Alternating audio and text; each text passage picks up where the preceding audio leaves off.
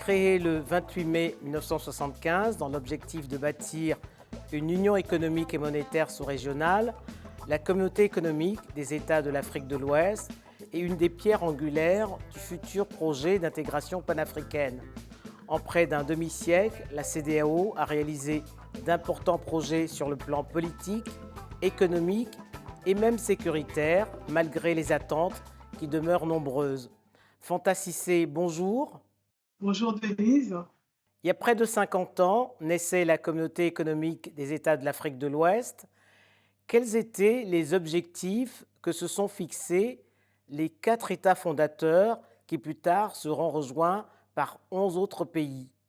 Alors les objectifs de la CEDEAO, c'est vraiment de promouvoir la coopération et l'intégration dans la perspective d'une union économique de l'Afrique de l'Ouest en vue d'élever donc le niveau de vie des peuples, de maintenir et d'accroître la stabilité politique et économique, mais également de renforcer les relations entre les États membres et de contribuer au progrès et au développement du continent africain.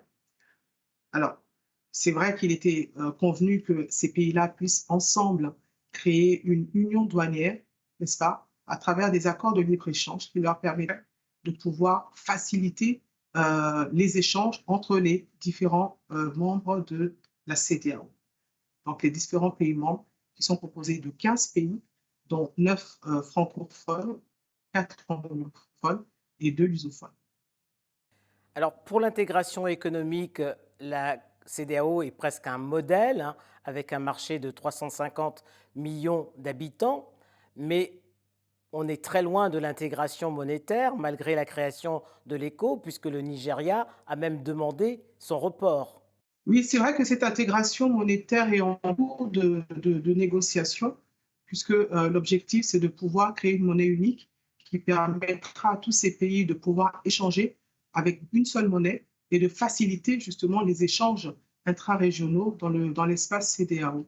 Alors, les discussions sont toujours en cours. Pour l'instant, effectivement, il y a des pays qui sont encore dans le doute de cette création, de la création de cette monnaie unique, mais elle sera vraiment utile pour faciliter les échanges entre les 15 pays membres de la CEDEAO. Donc, c'est une nécessité, en fait, d'avoir cette monnaie unique qui s'appelle l'ECO, à travers laquelle eh bien, les échanges pourront réellement être plus fluides et aussi être bénéfiques pour tous les pays membres. Alors, mais quid de l'intégration politique fantasissée, parce que la Mauritanie a quitté la CEDEAO en 2000 et l'adhésion du Maroc a été refusée en 2017. Est-ce que ce n'est pas une perte d'influence, même si on peut noter que la circulation des personnes au sein de la CEDEAO date de 1980, tandis que dans l'espace Schengen, elle date seulement de 2005? Aujourd'hui, il n'y a plus de visa entre pays membres de la CEDEAO puisque un pays membre, un des 15 pays de la CEDEAO ou un ressortissant des 15 pays peut circuler librement, n'est-ce pas, sans avoir besoin d'un visa pour atteindre les autres pays de la CEDEAO, mais également au niveau des produits, que ce soit au niveau des marchandises, eh bien, les marchandises peuvent également circuler librement sans qu'il y ait d'entrave aux échanges entre les pays membres de la CEDEAO. Donc, c'est vraiment, on a quand même fait une grande avancée. Il y a eu de grandes avancées puisqu'il y a eu des textes importants qui permettent justement à tous ces pays de pouvoir échanger librement et de manière facile, n'est-ce pas, et éviter les entraves aux échanges commerciaux. En 1990, avec la création de l'ECOMOG, le pouvoir de la CEDEAO s'est étendu à la stabilité régionale. D'ailleurs, cette force s'est illustrée lors des guerres civiles en Sierra Leone, en Guinée-Bissau et au Libéria. Mais est-ce que face à la menace terroriste, la CEDEAO parle d'une seule voix? La CEDEAO a toujours parlé d'une seule voix et elle continuera à parler d'une seule voix. C'est vrai qu'il y a eu des situations où, notamment au Burkina Faso, en Guinée et puis au Mali, où il y a eu, comme vous le savez, donc ces coups d'État.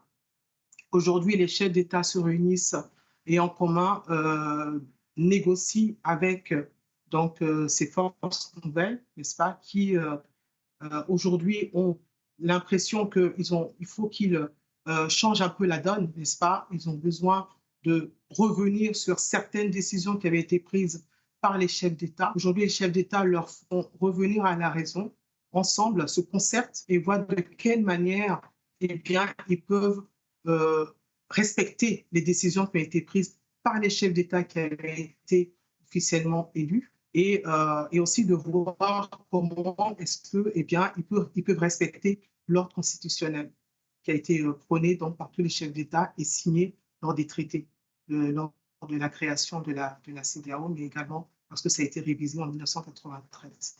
Depuis novembre 2021, Fanta Cissé, vous êtes la représentante résidente de la CEDEAO en Côte d'Ivoire. Avec quelle mission spécifique?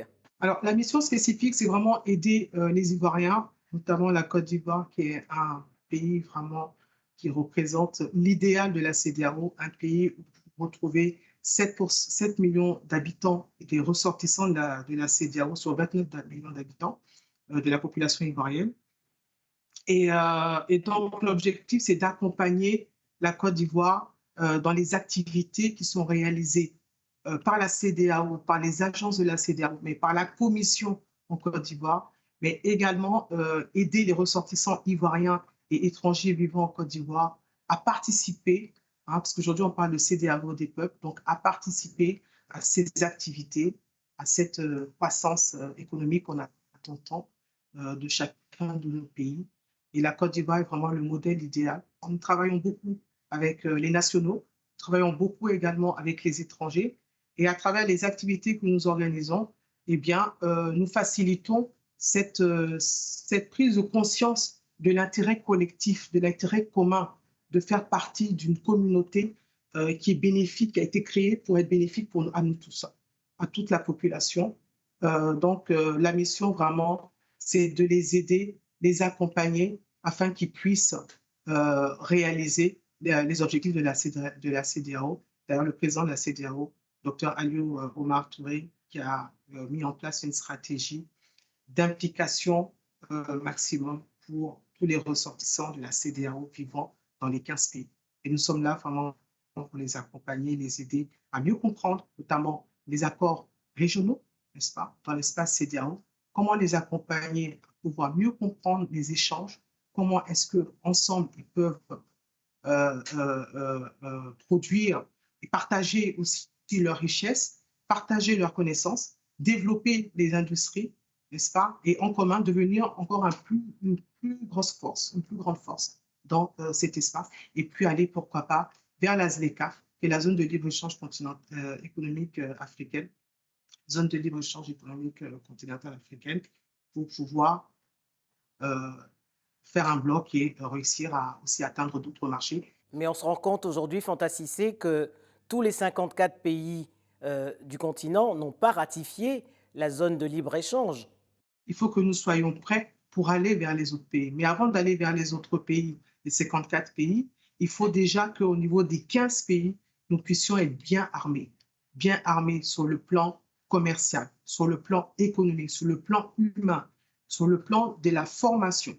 Il faut que les jeunes, et c'est ce que nous faisons aussi, le président de la République a décidé que l'année 2023 est une année de la jeunesse. Nous travaillons beaucoup avec les jeunes ivoiriens pour leur apprendre les outils et les rouages pour pouvoir aller vers les marchés internationaux et ensuite être une force. C'est aussi une force pour nous, ces jeunes-là. Ces femmes, les femmes que nous accompagnons, qui sont dans le milieu rural, avec lesquelles nous leur apprenons en fait l'application des normes sanitaires et phytosanitaires pour qu'elles puissent bien produire, pour qu'elles puissent bien commercialiser leur production et ensuite, pourquoi pas aller d'abord dans l'espace CEDEAO pour vendre leurs produits, mais également chercher à atteindre l'Afrique et vers l'étranger, donc les pays occidentaux, l'Europe, les États-Unis, en leur inculquant bien sûr des règles fondamentales, des règles du système commercial multilatéral. Mais on a le sentiment, Fanta Cissé, que la CEDEAO des peuples a 2 longueurs d'avance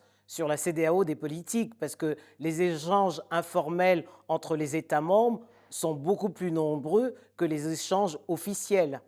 C'est vrai qu'on a un peu ce problème à la CEDEAO, c'est qu'on manque de visibilité. Il y a beaucoup de choses que nous faisons. Nous touchons tous les domaines, que ce soit dans le domaine de la sécurité, la paix, la défense, l'éducation, l'environnement, la protection de l'environnement. Euh, mais il est vrai qu'il y a beaucoup de choses que nous faisons que nous ne montrons pas. Et c'est un peu notre handicap et nous voulons changer cela. Nous voulons communiquer davantage, expliquer comment est-ce qu'on implique la population dans toutes les activités que nous menons. Expliquer également et démontrer aussi que c'est une CEDEAO des peuples. La CEDEAO appartient à nos peuples, à nos ressortissants qui comptent environ 500 millions d'habitants. Et nous avons une vision 2050 de la CEDEAO qui va faire impliquer encore plus et davantage toute la population de la CEDEAO. Et nous espérons atteindre à peu près 800 millions d'habitants, ce qui correspond quand même à 800 millions de consommateurs en 2050. Moi, je suis une ancienne de l'OMC. J'ai d'autres collègues qui sont dans les autres représentations, qui viennent également des institutions internationales et qui ont de l'expérience. C'est cette expérience qu'on veut partager lorsque nous sommes affectés en tant que représentants permanents dans les pays de la CEDEAO. Alors, au sein de la CEDEAO, vous êtes la première femme représentante résidente. Qu'est-ce que cela fait d'être une pionnière? Le fait d'être la première femme représentante présidente, déjà, le fait d'être une femme, je pense qu'on va dans une nouvelle dynamique, de donner aussi la chance aux femmes de pouvoir gérer des institutions internationales, de pouvoir montrer notre savoir-faire. Et c'est dans ce cadre aussi que nous accompagnons beaucoup de femmes afin qu'elles puissent prendre la relève lorsque nous serons en âge de nous reposer. Mais j'espère que ce n'est pas pour maintenant. Je tiens encore à rester un bon moment sur la scène internationale pour pouvoir montrer le savoir-faire que nous avons et qui est inné. Nous sommes des mères, nous sommes des sœurs, nous sommes des femmes, nous sommes des amis et nous avons cette empathie, cette aura que les hommes accompagnent beaucoup, les hommes nous accompagnent et en Côte d'Ivoire, on ressent énormément l'accompagnement des hommes pour que les femmes puissent briller de plus en plus. Fanta Cissé, merci. Merci beaucoup, Denise.